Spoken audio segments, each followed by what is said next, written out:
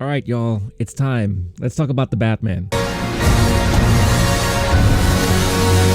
Matt Reaves now brings us this new version of the Batman, a younger version of the Batman, one that is only been doing his vigilante stuff for 2 years now, and you're gonna hear a lot of the same things mentioned when you see reviews and people talking about this movie. A lot of comparisons to the movie Seven, Zodiac, very noir, psychological thriller like, and yes, it's true, it's all of that, which is not a bad thing. Matt Reaves does a really brilliant job in putting together a really well thought out visual cinematic experience. That being said, it's not a perfect movie, and like any other movie, it does have its good things and bad things. First, the good.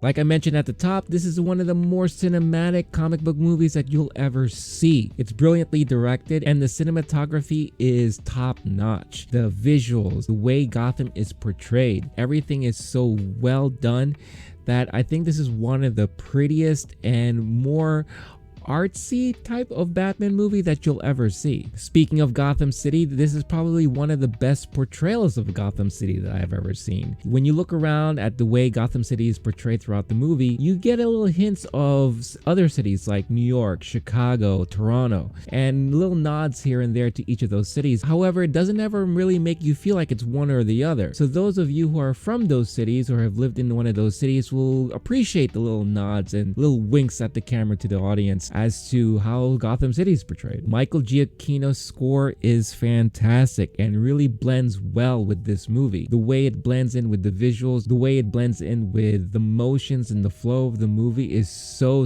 well done. The score is just brilliant and it really gives it that really dark feel that this movie really embolds. The acting throughout the movie is superb. Everyone is always wondering, can Robert Pattinson really deliver as a Batman character? And I gotta tell you right now, he really does. And I didn't doubt it one bit. He gives a portrayal of a Batman that is broody, that is anger. Yes, he is vengeance. I'm vengeance. Thank you for reminding us. But he really comes across as this person who is really obsessed and has lost himself in this role of the vigilante. No spoiler here, but you don't really get to see a Bruce Wayne or much of a portrayal of a Bruce Wayne here. Gone are the moments where there's a lot of suave and, womanizing and all that stuff like that. You really just see full out someone who is full on committed to being the vigilante and righting the wrongs of Gotham City. Zoe Kravitz does a really good job with her portrayal of Selina Kyle, and the chemistry she has with Robert is not that bad. Mind you, this is also an early version of Catwoman, and she is still getting her feet wet,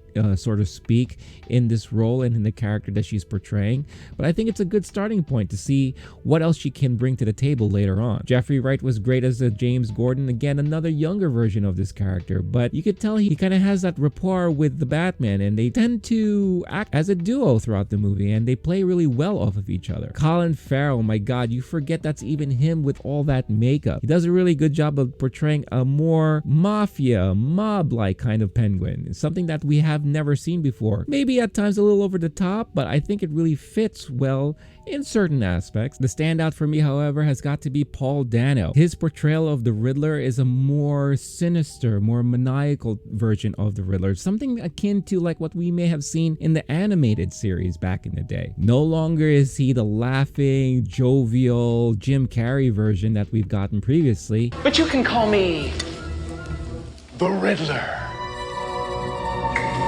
This is someone who leans a little bit more towards what we're used to probably seeing from the Joker in the way that he teases and plays with the Batman and the residents of Gotham City. The way he throws caution to the wind and not really care much about what the consequences are as long as he gets his message straight, and Batman pays very close attention to it all. Now I know for the longest time we've been clamoring for a detective story with the Batman, and be careful what you wish for because you definitely get it in this movie. Through most of the movie, you see the Batman being the world's greatest detective that we all grew up knowing that he can be. And it could be very amazing, but sometimes to a fault. Fans of the comics would definitely appreciate the little nods to such comic runs as Year One and The Long Halloween. And Matt Reaves does a great job in kind of mixing some of those elements, but creating a full story that really stands well on its own. Now let's talk about the bad.